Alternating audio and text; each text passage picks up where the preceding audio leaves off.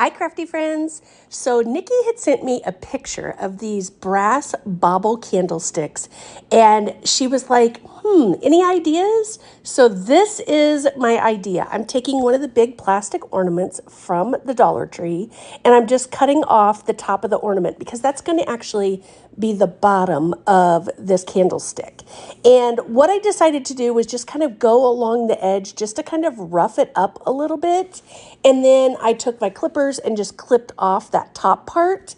And then it kind of made it a little bit jagged. So what I decided to do is lay down some sandpaper. You can see it's kind of rough there. And then I just sanded that a little bit more smooth. That way it would set nice and even. Now you can see there in the background, I've got one of the Dollar Tree candlesticks that we had painted black and added some gold accents to it. So we're going to reuse that for this project.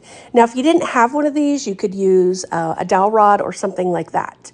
But what I'm going to do is I'm going to pop off that bottom base because we're just wanting the pole part and then the topper to hold the candle.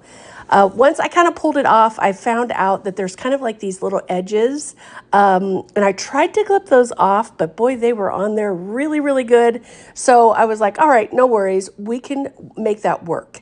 So I am going to go ahead and use some floral foam and stuff this full because I want to be able to push the candlestick into it on the opposite side.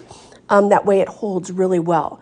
I also, after I spray painted it and everything, I actually put a little piece of tape over the bottom of it. Since this will be the bottom, you won't see it. I pulled that off and added some beans in there just for weight. I really didn't have anything besides beans because it needed to be a little bit more weighty since we're going to put the candle on the top. So I'm using my glue gun, no glue, and just making the holes in some of these little table tennis balls. We're going to use 2 of those. I flipped it upside down and I started spray painting it black. So once that was completely dry, I grabbed out some Rub and Buff in gold and covered the whole entire thing because the inspiration piece were brass, but you could see a little bit of the black in it. So I thought, let's see how this works out.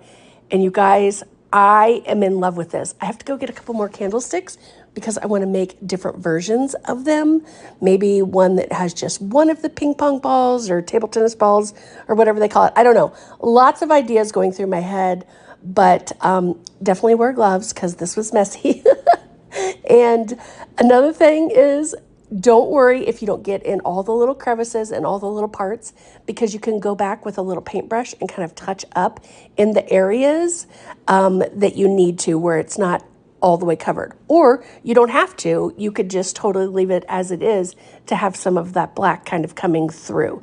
So totally up to you. If you don't want to spray paint it black, you could go gold on gold, whatever you want. But look how stinking cool this turned out. Oh my gosh, I'm in love with this. Can't wait to do more. All right, friends, thanks for watching. Don't forget to follow for more.